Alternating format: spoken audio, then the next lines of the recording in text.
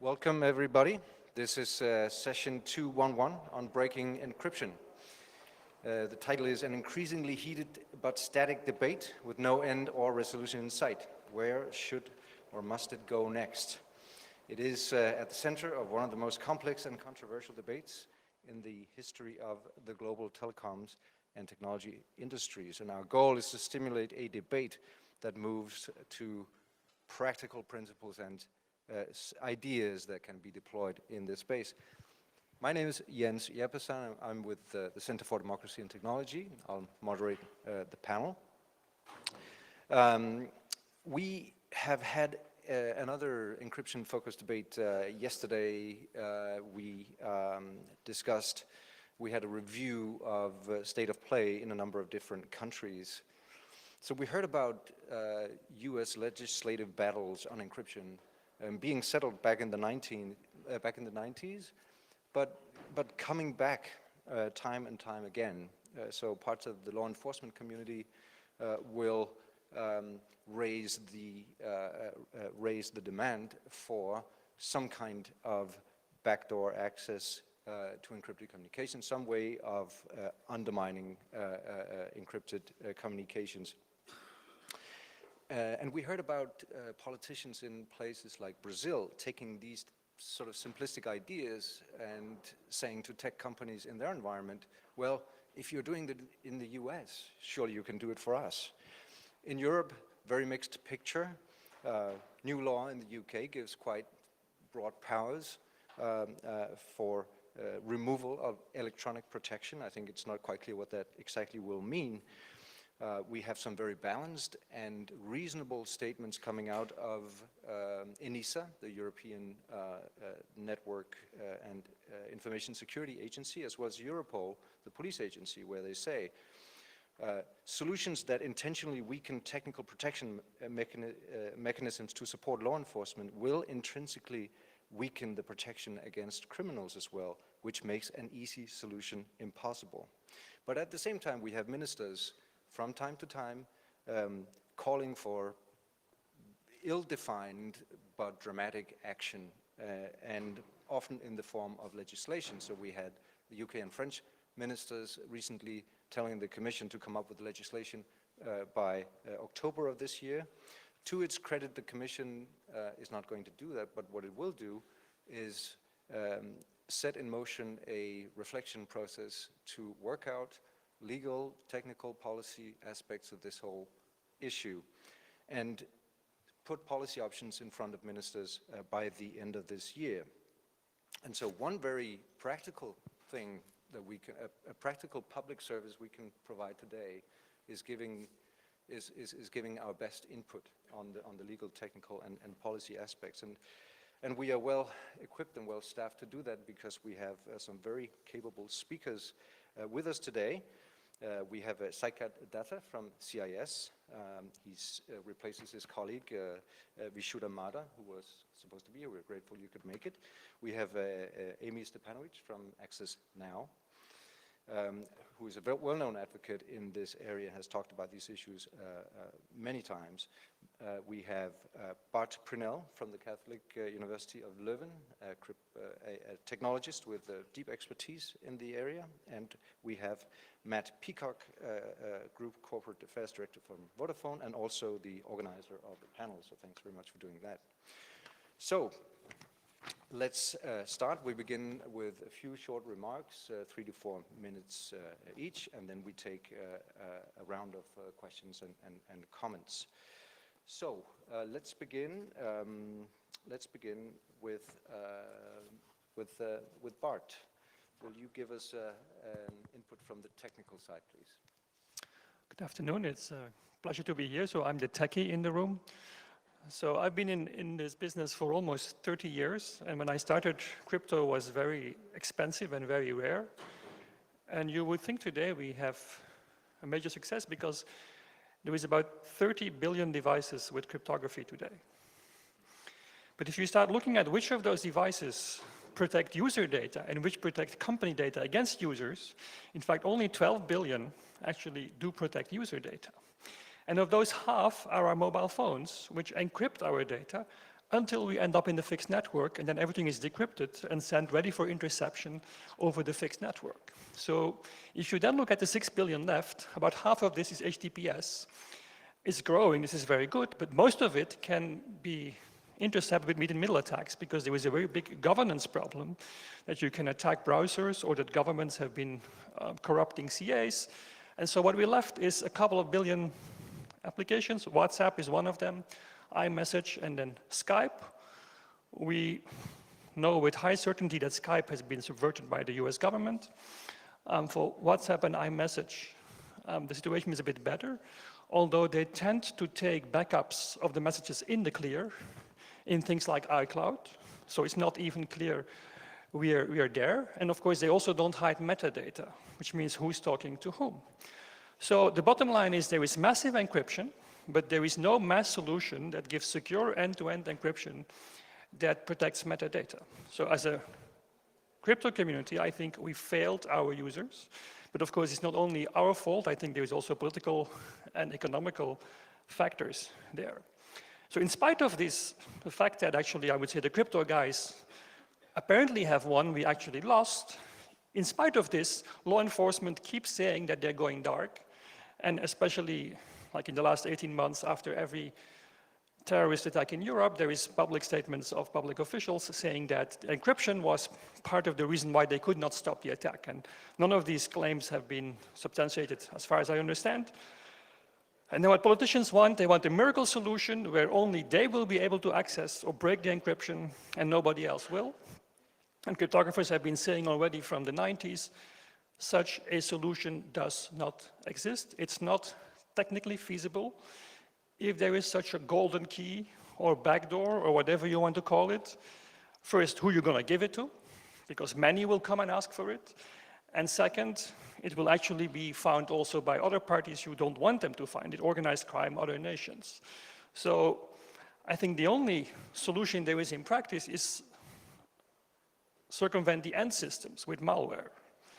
But of course, that has also problems, because then this will proliferate and be also abused. So I think we'll have to accept, I think, that there is more and more crypto, but hopefully we can get it right in the future, that's one thing. And I think for the law enforcement or terrorism protection or national intelligence, we have to rely more on metadata, because I think we're still very, very far from protecting any metadata in an adequate way. There is no large-scale application that does this. Thank you. Thank you. And Matt, would you like to continue? Sure. 3 quick points on the overall position, and then just a little bit of perspective on Vodafone and our views. So look, the first thing is, let's be clear, that the global economy cannot operate without secure end-to-end encryption. Nobody will move money around the world if they are worried that there'll be uncontrolled third-party access to that traffic. Also, as many of you, all of you in this room know, encryption plays a really critical role in freedom of expression and giving people the confidence that they can exercise their right to freedom of expression. So for the avoidance of doubt, end-to-end encryption plays a vital role in keeping people safe, businesses safe, the economy functioning, and making the modern world work.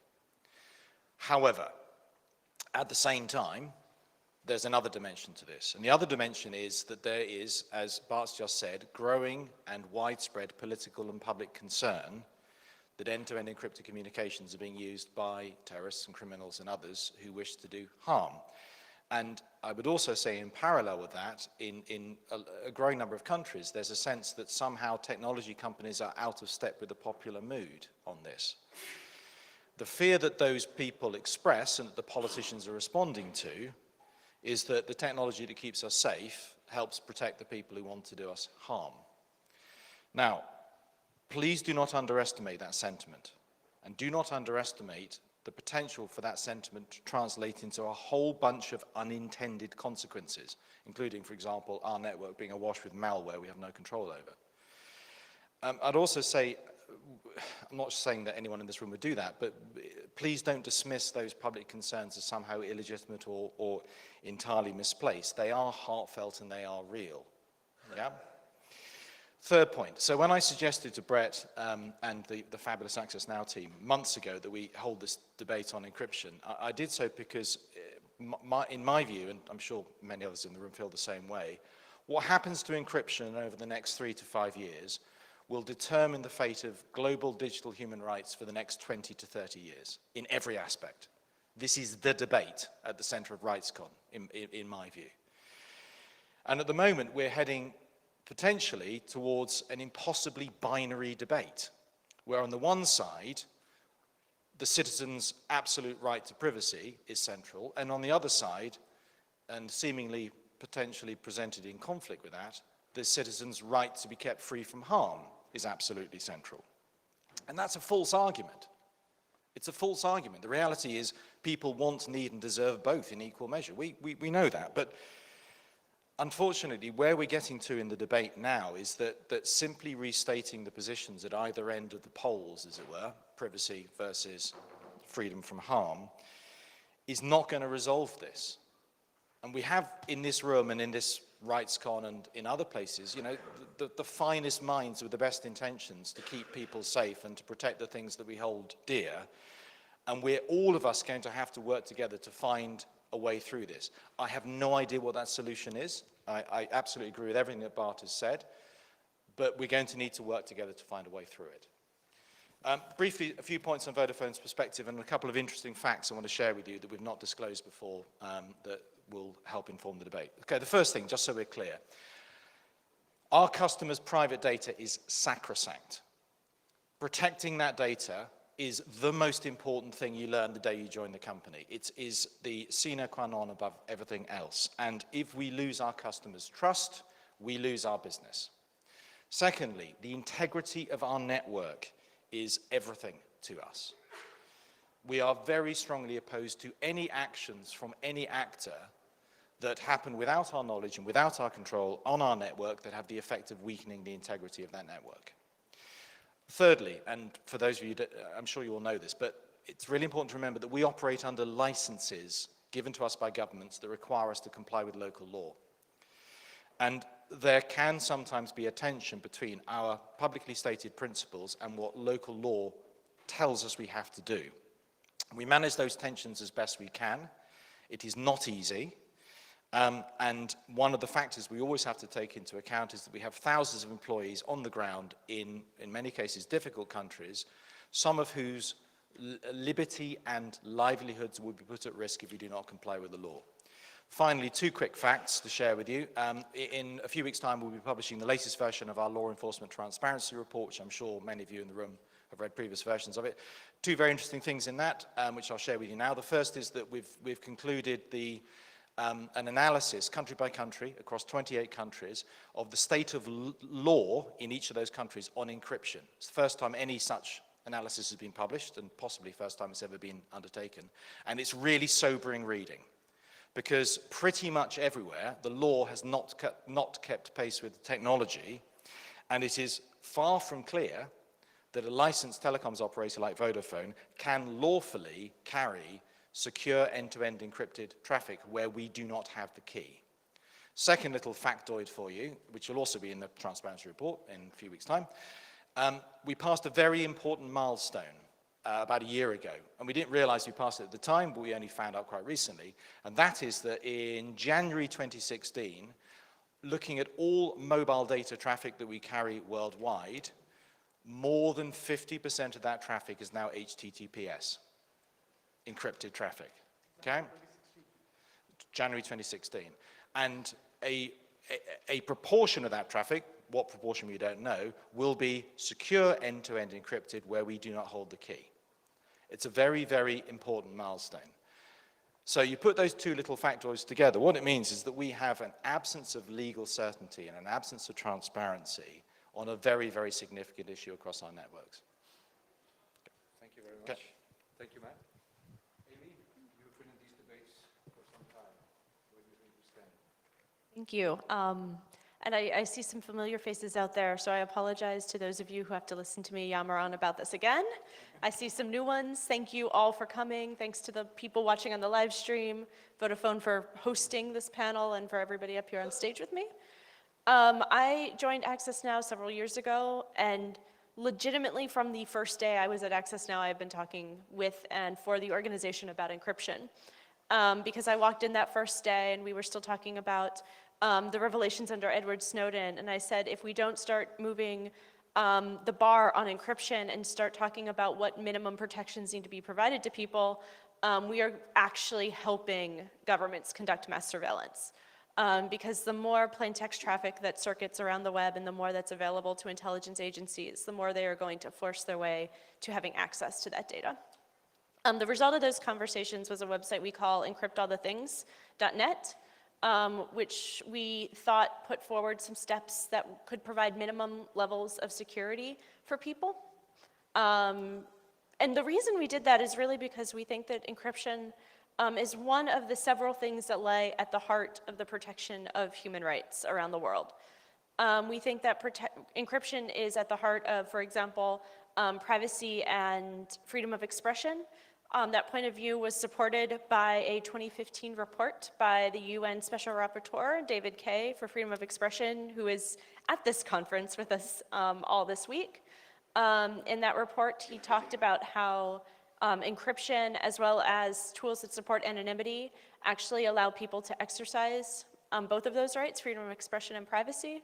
It's also very interesting because I know Vodafone is on the GNI principles, so whereas the UN Special Rapporteur's report talks about encryption and security allowing the exercise of privacy, the GNI principles actually talk about privacy protecting or facilitating security. And it is this positive feedback loop, I think, that you can see in these two things, where instead of what you typically hear people talk about, which is this balancing test, where you have privacy on one side and encryption or security on the other side, which is quite interesting because a balance is actually achieved when you either add or subtract from both sides of a thing. What they really are talking about is more of a zero-sum game, where you have to take something from either privacy or security to give to the other side. We also think that encryption is at the heart of the right to data protection, which is not something that we talk about in the United States very much, but here in Europe, it is very much something that is considered a right, and to have your data encrypted is not going to provide this panacea solution against unauthorized access, but it is a very necessary part of that puzzle toward protecting users and user information from bad parties. I just want to talk about two other ways that I think encryption implicates rights that might not be as obvious.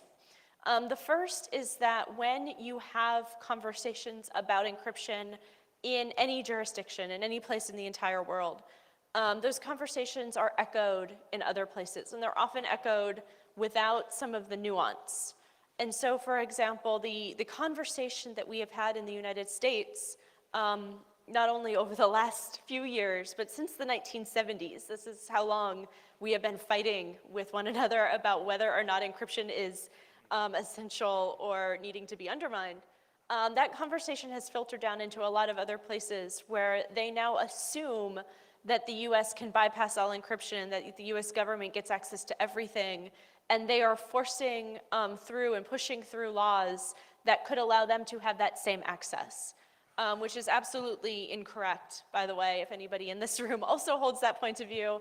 The US government doesn't have that kind of access. We have fought very, very hard. Several people in this room I know have fought hard to prevent the US from passing a law that would provide them with that type of access.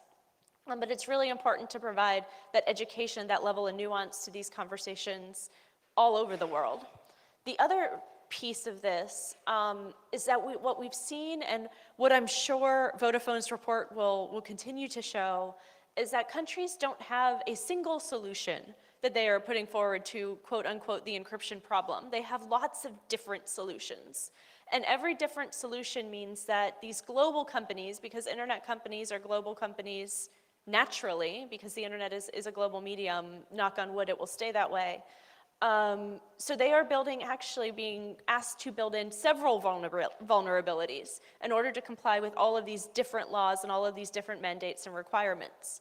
Now, very wealthy, very established companies might be able to build a product with only one vulnerability and serve it to only one jurisdiction. And then serve another product with another vulnerability to one jurisdiction, and then serve a very secure product to a place with no mandates. And that way they have 3 products that they have to update, they have to maintain, they have to service, they have to protect to the best extent possible, while also protecting the vulnerabilities. Less well-off companies are not going to be able to do that. They are going to have to incorporate every single vulnerability for every single jurisdiction they serve, which means they're going to have very insecure products that are not going to be able to compete, which means users are going to have less choice, less options, and really kind of hurt across the market of being able to have secure access to tools and technologies that I think everybody in this room deserves to have access to and deserves to have access to with the guaranteed protection of their human rights. So I'm very much looking forward to the rest of this conversation, and thank you. Thank you, Amy. And Saikat, over to you. So 7 years ago, I'm essentially a journalist. I've been a journalist. It's hardwired into my head, so I may have different designations, but I'm essentially a journalist. And the whole encryption debate arrived in a very strange manner 7 or 8 years ago, when I found 3 gentlemen following me around. And it turned out to be they were from the intelligence community in India. And the reason they were following me around was because I was investigating a story on corruption in the intelligence agency. And so once I printed the story, they didn't send back a rebuttal, they sent 3 men after me. And over a couple of days, and I caught them the second day, and I handed them over to the cops. And suddenly they got so scared that we might beat them up, they quickly fished out their ID cards and mentioned that we are from this agency and we are intelligence guys. And that's the first thing you realize when something like that happens to you is, now you are under suspicion even though you have made the complaint. So suddenly, the balance of power changes completely. And that's very difficult to explain to people. The need for encryption is to ensure that the principle of justice, which is innocent until proven guilty, is maintained, because otherwise everybody is under suspicion and you're constantly trying to prove that you're innocent and you are presumed guilt. So now let me give you a slight idea of the regulatory landscape in India as far as encryption is concerned. One, I am yet to hear a politician ever talk about encryption. It's not even an issue. So that space has been completely ceded to the bureaucracy. And this is what the bureaucracy has gifted us. It's basically it falls between 2 books. One book would be Kafka's Trial, and the other book would be Joseph Heller's Catch-22. And it falls somewhere right in between, and let me explain to you how. So the telecom ministry says that telecom companies cannot have more than 40-bit encryption. But in the same law, because they don't have the ability to crack anything higher than that, so we need to look at whenever we need to look at it, so it can't be more than 40-bit. But the same law also tells them that if there is a breach in your network, we'll come after you. So the guy's like, you say 40-bit on one side, and then you say any breach and it's my responsibility, what am I supposed to do? Now it gets a little more interesting, but the Finance Ministry and the Reserve Bank of India, which is the central bank, says that you must have 128-bit encryption. So even within the government and within certain segments of the government, nobody really knows which one to follow. And look at the current scenario today. So today, you're not just a telecom company. Many of them are also getting licenses as a payment bank. So if I were the CISO of a company, who do I follow? If I am a CISO of a telecom company which has also been given a payments bank license, should I follow the RBI? Should I follow the telecom ministry? Because following either one would be in contravention of somebody else's law. So I have no idea what's going on. The other interesting part of what's currently happening in India is there was a draft encryption policy that was put out, and it just blew up in the faces of the government. Because, so they decided that there are 3 categories of people who need encryption. One is, of course, the government. Second is business, and the third is citizens. So A, B, C. So, and within the government, they quickly made a distinction that whatever we are putting into this draft policy does not apply to certain sensitive government organizations who perform strategic tasks. We have no idea who those guys are. But they said, but it applies to everybody else who is sensitive and also in government. Fine. Then they said it applies to businesses and it applies to citizens. And then they made a very interesting point that any encryption by businesses or citizens has to be available as plain text for 90 days. I said, excuse me, so what is this about? So ultimately, encryption, the only time you see an encryption debate in India is only through the prism of surveillance and how much surveillance the government can do on you. So that's point number 1. The second unfortunate aspect of all this is there is no public consultation or multi-stakeholder discussions on any of this.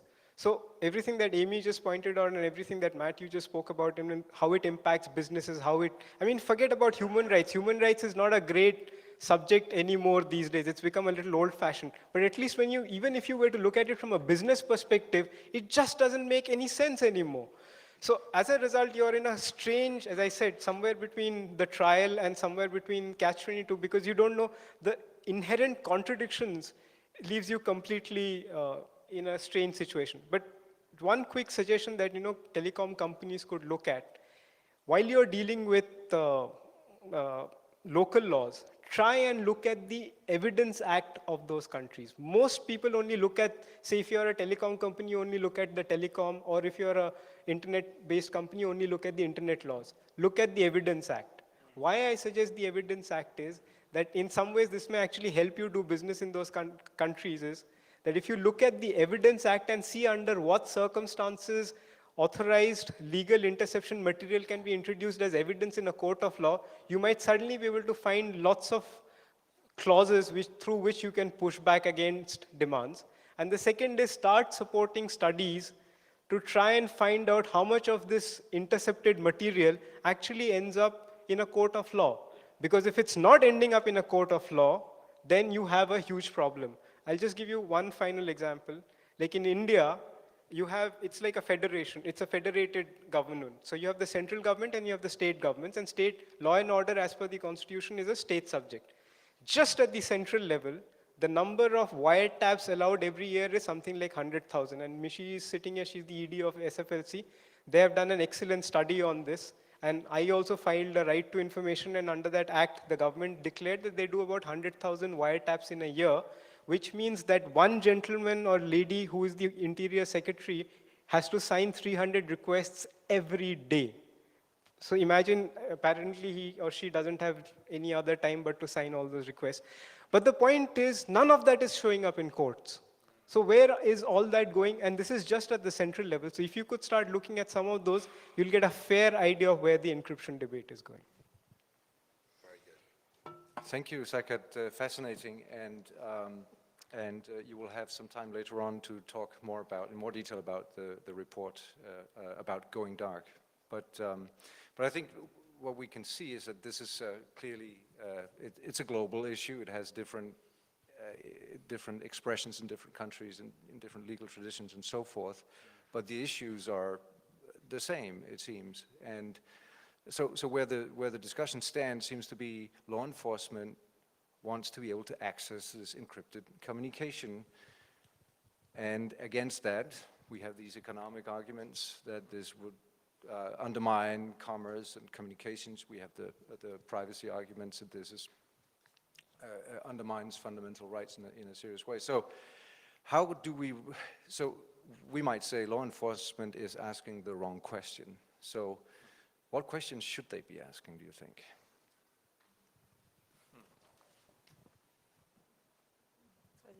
Hello. So I think there's this different conversation that people are having because law enforcement is saying, is this possible? And everybody else, because it's actually kind of law enforcement against the world, is saying, is this possible to do securely? And the answer to those questions is different, it seems, because it is possible. It's absolutely possible to build in a backdoor, to build in a vulnerability, to ensure that every person's data at any point in time is possibly turned over to law enforcement. We have not yet found out a way to do that that doesn't make people massively insecure. And I think that's the number one point in response to this. I think the second one, for me quickly, is that we need to get past this conversation. As I said, it's been going on for decades. This is not the first, nor will it probably be the last time we'll hear a lot of these talking points.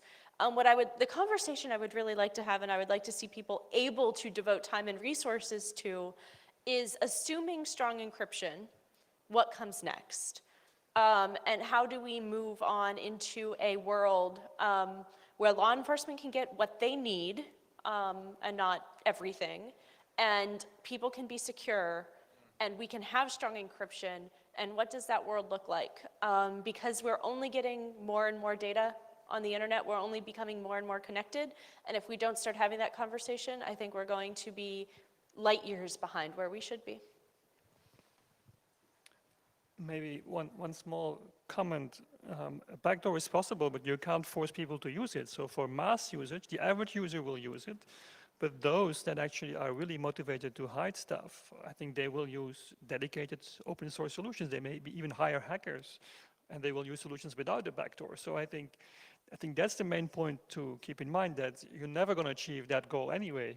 I think it's too late for that, and crypto can be abused. I mean, ransomware is another way where you can say cryptographers created crypto for the good of humanity, but then it's now being abused to encrypt your files. I think we have to accept that, we have to live with that. I think with law enforcement, the conversation should be about metadata. I think law enforcement has a way easier job today than they had 20 or 30 years ago, because every criminal has a phone, and even if they're very careful what they say on the phone, they still use it. The government can get to the telcos access where the phone was. The phones know where they are because they see the Wi-Fi. There is lots of metadata, and I think police investigations are way easier than they were. Maybe it's hard for local police who don't have the know-how and the resources, but I think at least everything which is done by national police forces or by intelligence agencies is way easier than it ever has been, because we all wear personal surveillance devices with us. And so we never hear them about this. And this is my biggest complaint about all these things, is that they never come with facts to the table. I've been to dozens of panels in the Snowden revelations, and there is never somebody from intelligence agencies or government who knows about these technologies and is willing to speak about them today. They don't want to speak about face recognition. They don't want to speak about tracing MAC addresses to a city. They don't speak about their technologies. And so how can you have a debate, as a technologist at least, if the other side doesn't want to show what technologies they have? So just quickly for me, I absolutely hear and feel Amy's plea for the debate to move on. I don't think it's going to. I think this is with us for a while yet, and you know, as I said in my introduction, the fine minds in this room and others can and should be playing an active role in trying to find a way forward. Just one addition, following on from your question, Jens, about what law enforcement should be asking. There are multiple paradoxes in this whole debate, and one of them is that intelligence agencies and law enforcement bodies also have a statutory duty to protect critical national infrastructure as part of their job. And one of the best ways to protect critical national infrastructure is strong encryption. So wherever you turn in any aspect of this debate, you will find a counter argument against a strong argument, which doesn't help at all, but it's one of the reasons why I say the debate is probably not going to come to a close. Thank you. Are there questions from the audience? Please identify yourself. Do we have roaming phones? Yes, let's do that. Hi, my name is Paul Gaskell. I'm from the British Foreign Office. And just thought I'd bring a couple of thoughts from a government viewpoint. So I'm a policy guy. I'm not a technology guy. And I think that's one of the problems that we've got, is that we don't have a proper dialogue between policy people and technology people, and I think that's what we need to have in this space. I think that's been a problem to date. I don't agree that you have to have a balance between privacy and security, or maybe better call it consumer security and sort of public security. I think that through well-designed legislation, democracies can create legal frameworks for investigatory powers that do both, that protect both consumer security, privacy, and protect the public from the threats that are out there. And certainly when I talk to law enforcement people, when I talk to security and intelligence agency people, they tell me that this is a real problem. This isn't a made-up problem. It is a real problem, and metadata, you know, isn't the answer yet. And, you know, the danger is that we go further down the road of what we call equipment interference, hacking. I'm not sure necessarily that's any more acceptable. So we need to there needs to be a genuine discussion about what the alternatives, you know, what we can actually do. Just on encryption, first of all, the UK government does not want to ban encryption, does not want to weaken encryption, does not want to ban end-to-end encryption. We recognize it's fundamental to the digital economy. Similarly, you know, I think there is a very specific issue around end-to-end encryption and its misuse by a small minority, a very small minority of users though, who do use those systems for the pursuit of serious crime, online child exploitation, terrorism, things that all of us in this room realize, you know, these are bad things and we need to sort of try and tackle them. And what we want is a serious conversation about how we do this. Just sort of saying, look, it's too, you know, this is impossible, we can't do it, you know, we just don't think that's a good enough answer. We feel we need to have that conversation, and certainly, I'm a policy guy, as I said, but, you know, I listen to people like Robert Hannigan, who's the director of GCHQ.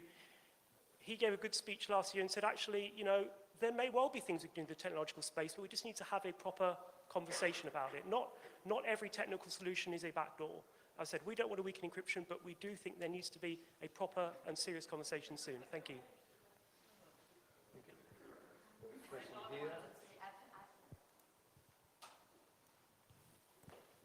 I think as Alexander Hanfield, Privacy Africa, I think as Amy said, we need to move the discussion on. It's a pointless discussion. People will always communicate in secret. Criminals will always find ways to communicate in secret, whether they're using technological means or whether they're sending smoke signals or meeting in dark alleys under hoods. We're never going to overcome this problem. We have to accept as a society that there are criminal elements in society, and they will find ways to communicate in the dark. And trying to make everybody else unsafe in order to deal with a problem that you can never deal with simply is absurd. It makes no sense whatsoever.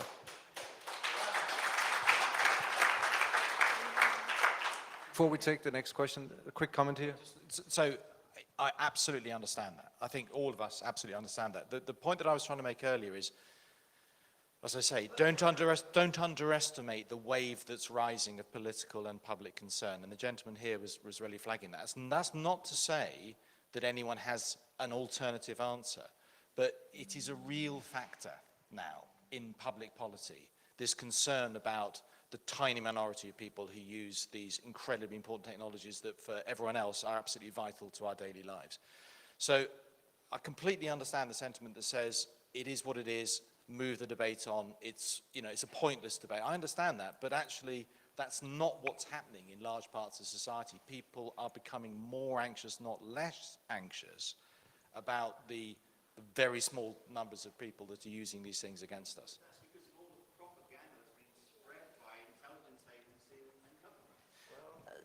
So I actually, as the human rights person up here, I realize I'm about to say something that you probably wouldn't expect me to say. I don't think these two positions are inconsistent. In fact, what I heard you both say is we need to move on with the conversation. Because, as you said, I will concede that there is a problem here. Crime has always been a problem. I don't think it's a new problem. I don't think it's an encryption problem. I think we need to be able to investigate actual crime. Period. I would like to talk about how to do that, assuming strong encryption, assuming end-to-end encryption, which I think is what both of you have said. Let's talk about the next step, which I think is incredibly, incredibly important. What I worry that we're doing, though, is we're having a conversation to solve a 20-year-ago problem, which is that people don't know how to use technology, and we can still get to the criminals if we just undermine the technology that's available to them. And what they're going to do is you're going to make, if you move forward with this conversation, everybody is going to be insecure, except for the very rich, or the very well-resourced, or the very technically inclined, which is going to create almost a new class system based on how much technical knowledge you have to be able to protect yourself. And you know, the first people standing in line to be able to go to the computer courses at that point are going to be the criminals and terrorists.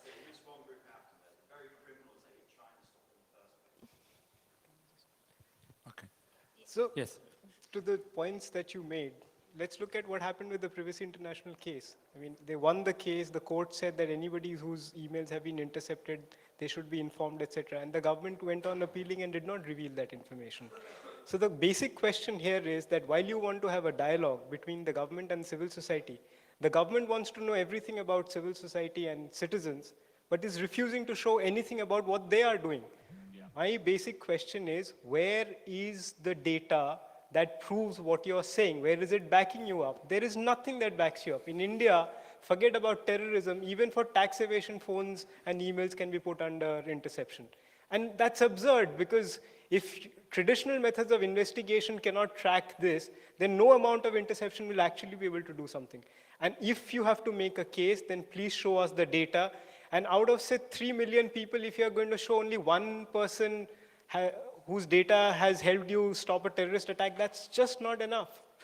And unless and until you don't show that data, we refuse to accept what the governments are saying. Sorry, the worry is that we end up in a place that is far less transparent, that's far less controlled, that has far less oversight even than we have today, and makes everyone far less secure. And that's more likely to happen unless there is, you know, intelligent, constant engagement, including by the people in this room, with the decision makers about the way forward. So I absolutely agree with your sentiment, but my plea to all of you is again, this sense in the wider public that something isn't right here is not going to go away. Yeah. We have to do something that addresses that.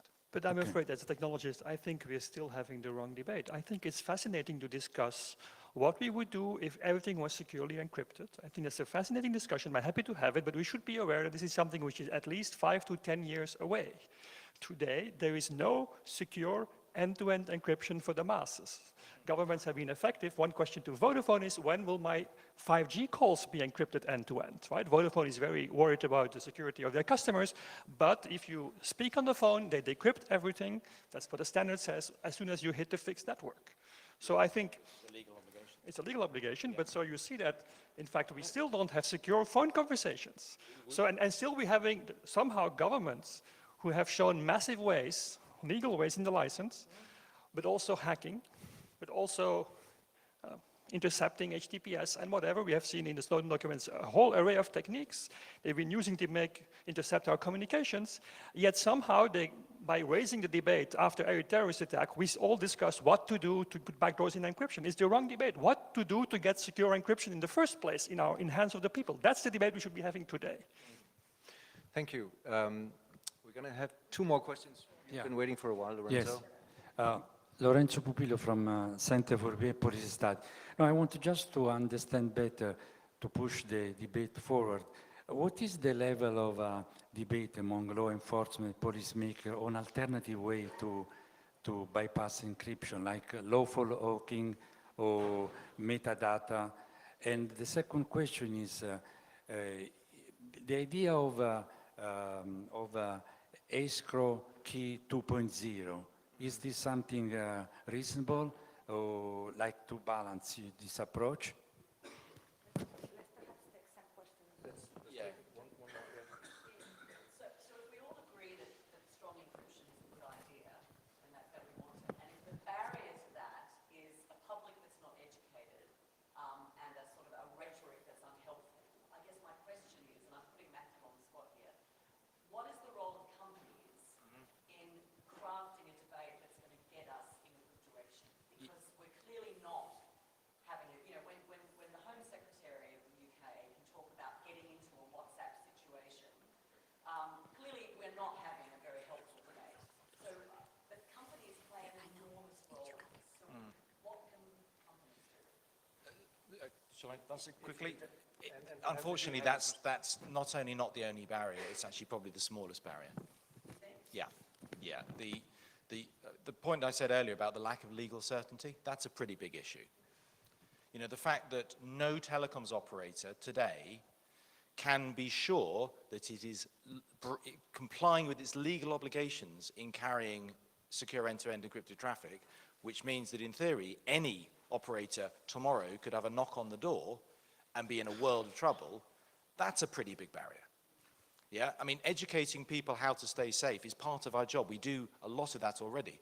Building our networks as much as we possibly can to make them secure is absolutely central to our job. Otherwise, we lose our customers' trust and they leave us. But the lack of clarity around the law, and also the lack of clarity, to be honest, about the wider public policy and political debate about where all this should go, is a bigger barrier. Thank you. There was a... There are 3 questions. Lorenzo was waiting for an answer on key escrow 2.0. Was that your question? Trusted intermediary concept, yeah. Well, I think there is just no solution that will work. I mean, maybe one government can set it up, but what international conversations? Will then two governments have access? So I think a key escrow system is a backdoor, and I think it's very difficult to make it work in international context. And I think some governments have been putting backdoors. There is the Juniper case, and in fact, Juniper had a backdoor in their routers, and it turns out some other nation hacked this backdoor and made it their own. So something cryptographers have been warning for 10 years actually now has happened. And so I think this kind of magic solution, where you do it in an all transparent way, where there is just a central party, is just not workable. And I think the first challenge to put forward is international. Which nation gets access to this backdoor? That's one thing. And the second thing is that those who targets will not use this technology. So in fact, the technology will actually cost a lot of money and will not actually help you to find the guys you want to find. Okay, I know there are more questions waiting, but I did want to give the opportunity to Saikad to talk about your Going Dark report and give us some conclusions in addition to what you've already said. If you can talk for about 5 minutes or so, would that be okay? Or maybe we could take questions and continue the conversation. I mean, that's okay. I mean, Okay, that's fine. Okay, let's take more questions. the report's available online, so people could. Okay. It's very good, by the way, you've not seen, it's really interesting. Hi, Daniel Blakovnik, independent software engineer. First, quick comment and a question. First, I'm actually not convinced that keeping this debate going continuously is not a bad thing. We have the strong crypto. We know how to make end-to-end encrypted software. And if the debate keeps going, and let's say in a couple of years, the governments of the world just get tired and say, all right, we're going to have a backdoor. Well, everybody's just going to keep using the versions before they had the backdoor. So keeping the conversation going, even if it doesn't seem to get anywhere, seems like it's maybe not the end of the world. And the question that I had unrelated is there any work in academic or corporate research about how to make the metadata that is being leaked everywhere less available, less identifying? That's a great question, I think. Maybe I can take the second question, and maybe May wants to answer the first one about the debate. I think, of course, there is Tor, and you're all aware of this. Tor does hide your IP address. Of course, Tor was never designed to resist an organization with the power of the NSA or GCHQ. It's not against global attackers. But of course, we can all use more Tor, and the more Tor is being used, the more secure it becomes. Tor is for real-time traffic, so it's actually, this puts some limitations on the level of security you can get. There is now an increasing interest in mixed networks, which is some old idea of David Chaum, and there were some first implementations available. For example, my team is in a project called Panoramics, which intend to make available an open source code for a mixed network, and organizations can run their own, which actually would work for email or maybe chat messages. And so I think there is unique interest, and that would hide the metadata. Where there is almost, and I think both things, Tor is deployed, something like a mixed network could be deployed. What I see as the main challenge is location data. Location data, there is like 100 papers on how to protect location data. There is zero deployment because it's extremely difficult. You have to hide both at the network layer, MAC address, IP address. Also, your phone sees many wireless networks, so the SSIDs of wireless networks are visible. That allows for location. And of course, there is zero taste from operators or internet providers or the Googles or whatever to actually offer such a service. Right, today, if you want location privacy, you have to root your phone and start lying about GPS, start lying about, I mean, you have to hack more or less everything the phone sees. That's possible, but it's only available to the happy few. The 1% of the best hackers can do this. But I think it's definitely a challenge for society because we need this too. Just to pick up on your first point, in a sense, one of our worries is a licensed telecoms operator because we're in the middle of everything that we're talking about. Whatever happens, because we are on the ground providing services under a license that requires us to comply with local laws wherever we are. If a couple of years from now, there's a whole series of kind of fragmented outcomes that involve things happening on our network that we are not allowed to be aware of, over which we have no control, over which there is virtually no form of oversight, there is no form of assessment, audit, whatever, that's a bad place to be. That's a problem. And one of the reasons why, come back to my conversation with Brett months ago, and I proposed this session, is, you know, we and others like us want this debate to happen in the form it's happening so that more and more people are engaged in thinking about, well, what is a good outcome? What is a good outcome? Because potentially what you're talking about is the bad outcome. So at the beginning of last year, in California, there was a court case about a terrorist using an iPhone and the FBI wanting to get into it, that most people here probably have heard about. That case at a district court level, I believe, and I have no hard evidence to back myself up, but I have heard from other people that they believe this as well, had more amicus briefs submitted than any other case in the United States at a district court level ever before. In fact, we submitted the first one along with our friends at Wicker, and they thought about naming us amicus because they had never had to figure out how to name multiple amicus in a case before. And so we ended up being, shh, don't tell Brett, don't tell my boss. We ended up being, yeah, I know. We ended up being listed as defendants in that case because that was the only thing they had available. They just didn't have a system for it. We were, in fact, amicus. So the problem is that that was able to happen because right now people are paying attention and there's money and there's resources and there are people who can write those briefs and who can make that happen. The reason that the debate has been as long drawn out as it is because law enforcement are betting that at some point that won't happen. And they really took a bet on that with the San Bernardino case. They thought that they had found the case where the facts and the law were so much on their side that people couldn't possibly argue against them.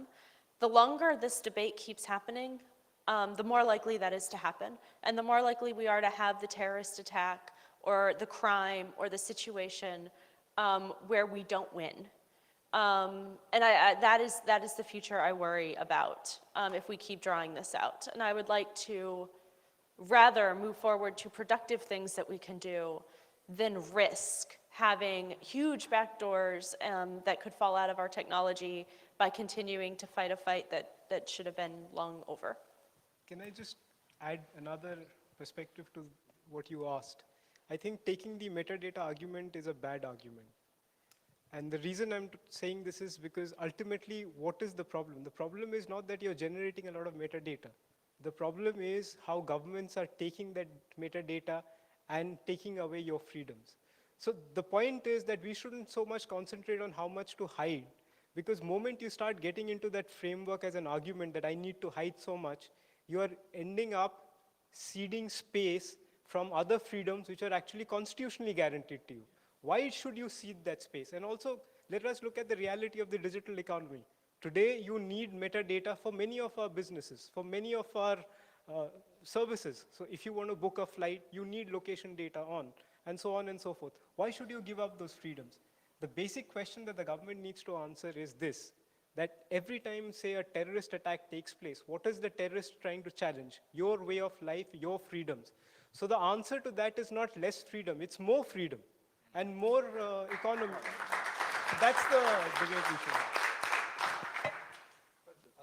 No, I like the response, but I still want to point out that, of course, with your government, you can have a dialogue. It turns out that there is also other governments that collect your metadata. And so in that sense, it may make sense to hide it because you just don't trust other governments, even if you would manage to convince your government that they shouldn't do it. Right? I mean, no dispute there, but you can see after the Snowden revelations, a whole lot of countries have started pushing back, which is why a lot of private companies have become much more sensitive to what their customers are. So, you know, this give and take thing is, but I think the other thing in this encryption debate we should look at is there is a whole surveillance industry which is actually pushing this forward. And they work in the shadows, they don't come out in the open, they don't sit on panels for sure. And they are in many ways undermining all these freedoms that we have. So start identifying them, start targeting them. Believe me, you will win a lot of battles. This is about transparency and independent oversight. Ultimately, that's the real battle, to my mind. It's when the state takes an action against a citizen in the name of the citizen should know that the state is doing it. It's kind of that fundamental. Thank you. Next question, please. Hi, my name is Andrew Bridges. I'm a lawyer at Fenwick & West in Silicon Valley. I wanted to build on something Amy said earlier, just a detail about the Apple iPhone case. I filed one of the many amicus briefs in the case supporting Apple. One thing that people don't know, which I think was shocking, is that the government, remember that this was 2 months after the attack, the government had the iPhone. Apple was not fleeing the jurisdiction. The government got a same-day order from the magistrate that ordered Apple to provide the hack without waiting to hear from Apple in opposition. The order was in effect and the government was threatening Apple with contempt of court. Even though the court gave Apple several days to respond, the government took the position that Apple was in contempt before it even had a chance to respond. And the idea that the government has to act so quickly, I think, suggests that the government wanted to halt effective opposition, to have it even examined properly by a magistrate hearing both sides of the story. And we need to learn a lesson from this. People need to be ready and able to swing into action and to fight things on 3 hours' notice, even when there is no emergency. That tells you something, I think, about how the government viewed the legitimacy of the debate. The government brought this, and the magistrate approved it in a way to forestall debate.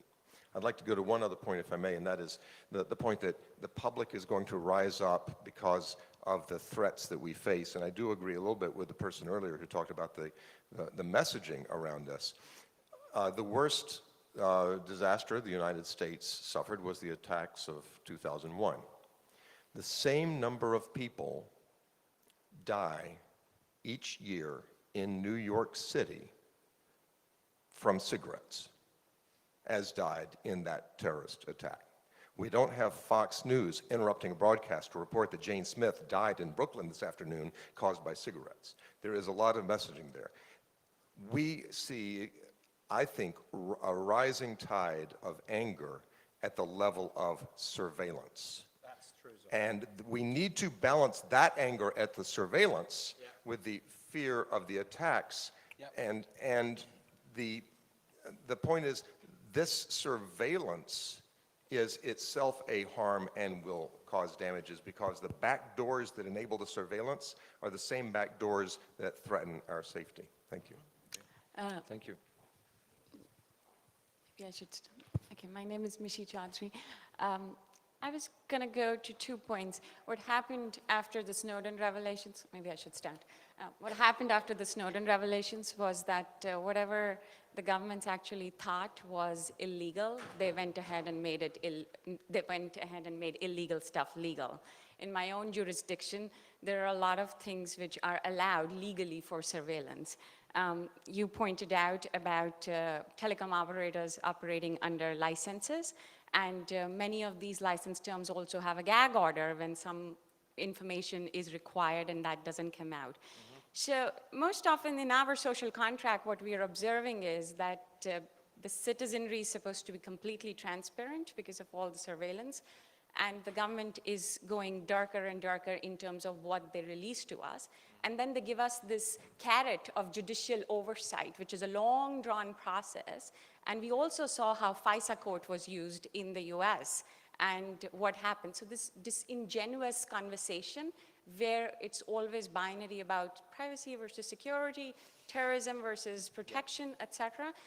As long as they're going to keep putting up that as the straw man, we're not going to have any real discussions. And because that's going to happen, and that wave is coming, and you're right, because when the narrative is such, we're not going to get over it by just dismissing it. And that's why I want to come to the techie in the room's point. That's our only resistance is an open source encryption. The more we teach ourselves to encrypt, the more we actually make it resistant for these people. We're not going to have a conversation which is genuine. If you don't show us what you have, how do we actually tell you whether that works or not? And having backdoors or whatever, as long as it's open source, we can at least have that kind of resistance. So if the panel can just talk a little about, when we know that's the pushback coming, Yeah. then as society, and government and companies are part of that society, what is it that we do now? So one of the things that everyone needs to do is push for greater government transparency. Okay, so you'll notice in all of my remarks, because this is live streaming on the record, I will never name an individual country in anything I say, because in many of the countries in which we operate, we cannot talk publicly about these things linked to that country. So that's an example of the kind of challenges that my colleagues have to deal with day in, day out, which many of you in the room and indeed on the panel understand very well. And ultimately, I think that's actually a bigger root of the problem than the technology.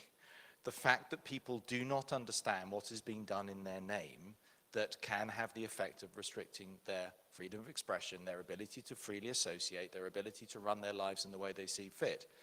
And that's why, by the way, after Snowden, in fact, even before Snowden, we were working on it, we published our transparency report, our first transparency report, which, for those of you not seen it, has a very, very large front end, which is all about everything you ever needed to know about what it's like to be a licensed telecommunications operator and deal with these complexities on the ground when you get a warrant, when you're dealing with direct access, when you're dealing with all the stuff that we have to deal with, and then a country-by-country section at the back and a legal annex, where country by country, we essentially say, in this country, we can't tell you anything. End. That's it. But we can tell you what the law is, and the law says blah, which says, the law says we can't tell you anything. That's got to change. That's really the big meta debate that has to be resolved here, which is very simply, when governments take actions to protect their citizens, they should explain to citizens what those actions are. Everywhere.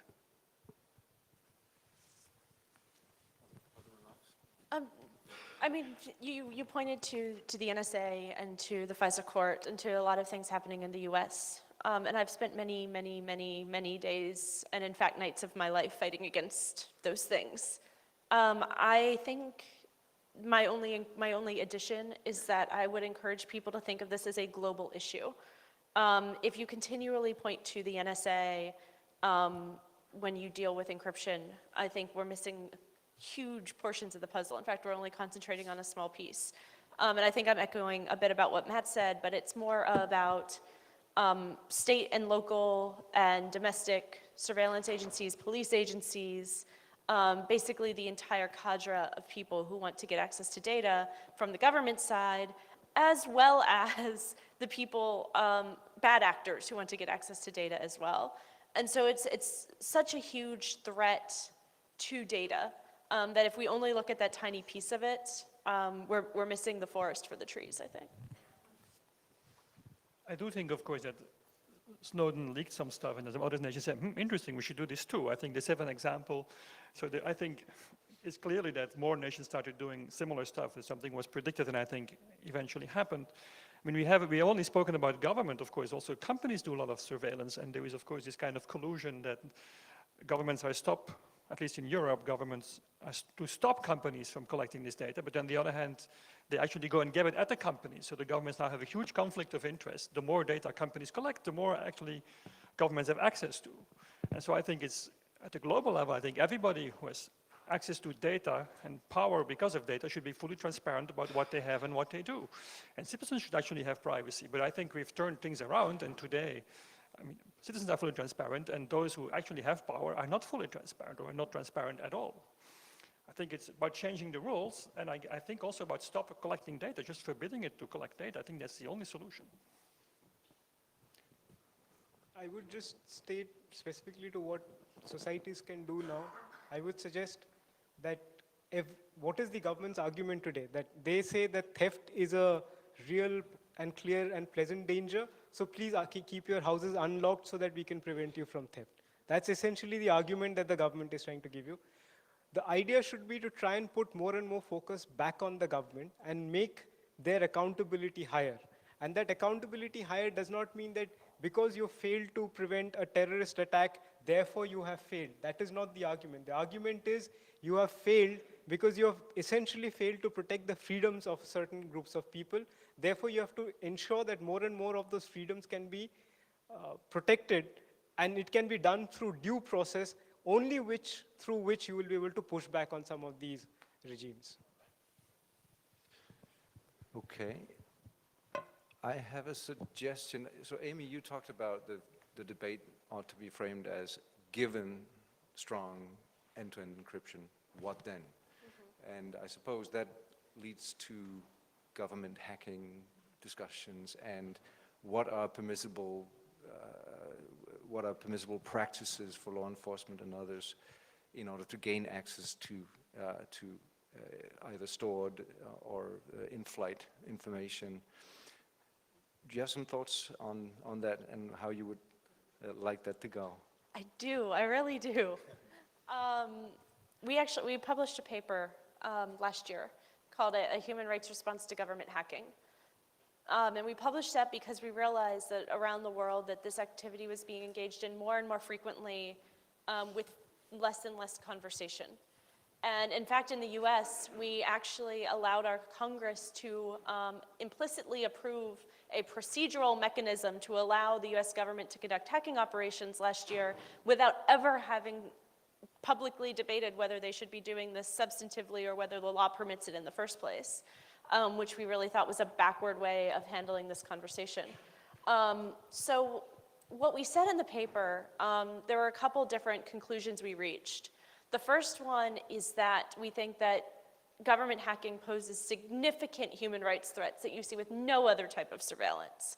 And we try to lay out the technical problems, the legal problems, the rights-based problems when you start to engage in government hacking. And we said outright that this is not something that we think should be taking place.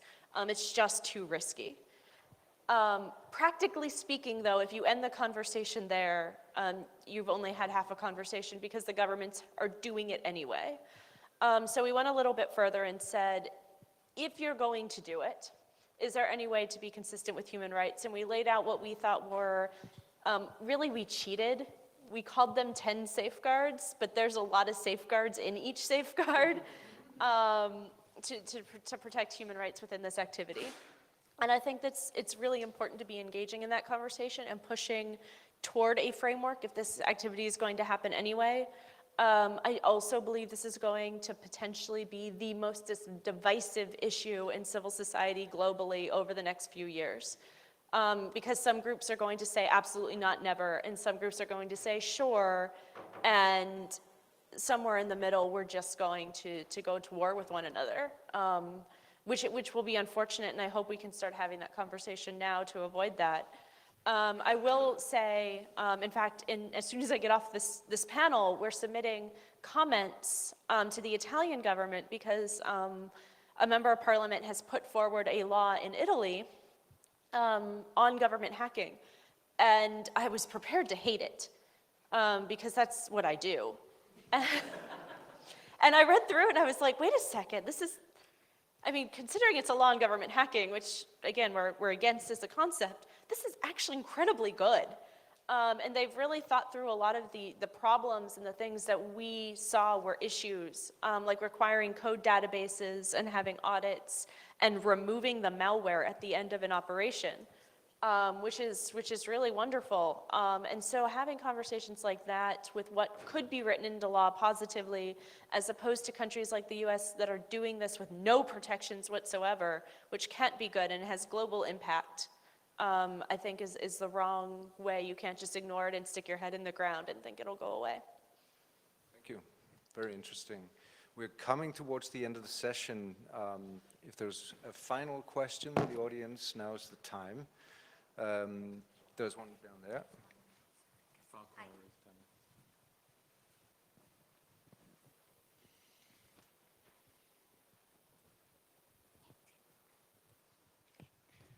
I have seen a lot of things being touched in this whole discussion, but I would like to ask, when it comes to strong encryption, we have talked about backdoors and governments doing their role, and etc.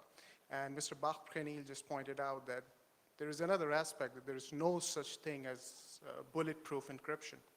There's some sort of backdoor, there's some sort of sneaky way to get into the stuff.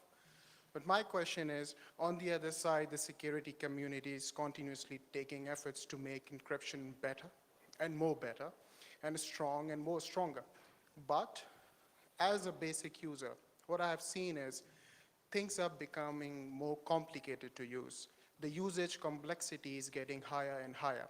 And the more complex a solution is to use, the less people will use it. So what will you think, or what's your viewpoint on making encryption easy to use as well as strong enough to sort of stand these sort of threats of state hacking and other agencies? Excellent. A statement and a question, but a good one. If the panel can take a crack at it and sort of roll into that your final remarks, that'd be great. I don't think there is an immediate correlation between usability and strength. I think we've learned over time, and I think WhatsApp and Skype and so on are actually very easy to use, and it's completely transparent to users. I mean, there was recently a debate because of an article in The Guardian that Signal, for example, is slightly harder to use than WhatsApp, because if you lose your phone, in the case of Signal, you lose all your past conversation and all your contacts, and WhatsApp has a backup, of course, which has security implications. So I think there is always this trade-off, but I think at the basic level of encryption, whether your encryption is very strong or not, should not be impacting usability too much. And I do think we've made progress in making encryption more usable. But of course, there is still a way to go. For example, for email, there is still no usable solution, amazingly, after 25 years. But I guess we keep working on this. I think that's exactly right. I would add that I want companies to be able to devote 100% of the resources they have for security toward better security, and not have to be mandated to only spend 90% because that other 10% they have to design a product that fails sometimes, but not always, which is what these mandates are kind of requiring, like have very, very strong security that fails when we tell it to. And so that is, I think, a problem. I think we have better security if we devote resources to it. My colleague would tell you, he walked out of here earlier, that I don't internet well, and by that I mean every time something gets more complex, I personally have a problem with it. I think the usability and the user interface problem is real and is getting more significant. We have pushed for strong security implemented by default. Apple has done that, WhatsApp is doing that.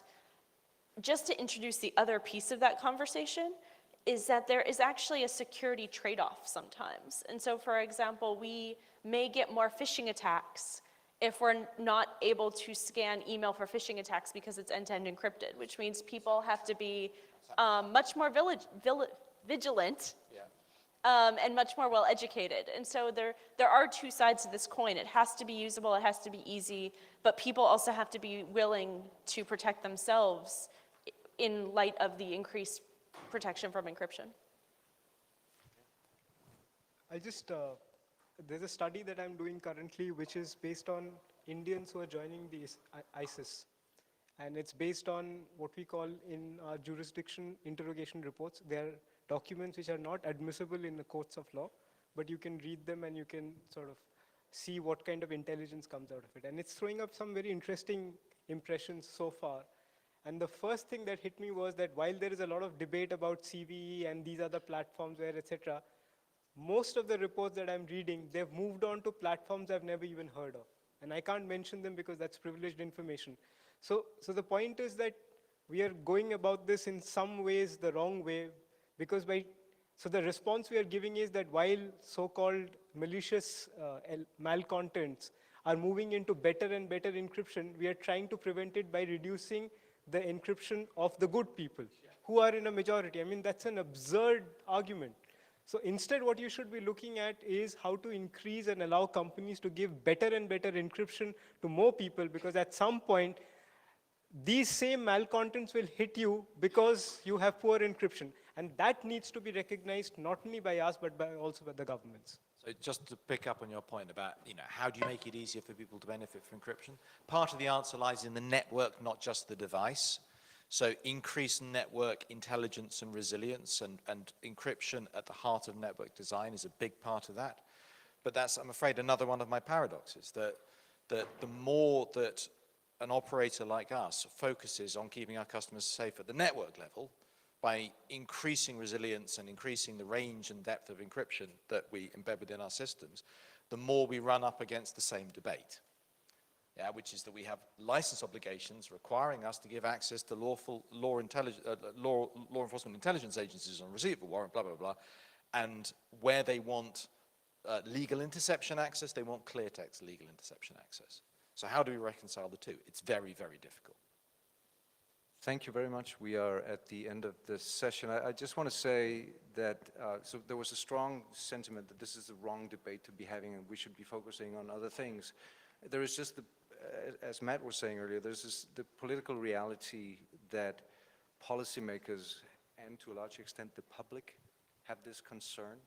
I think we have to realize that when we also filed in the San Bernardino case, you know, piles and piles of briefs filed, but the opinion polls were pretty 50-50 between Apple and FBI.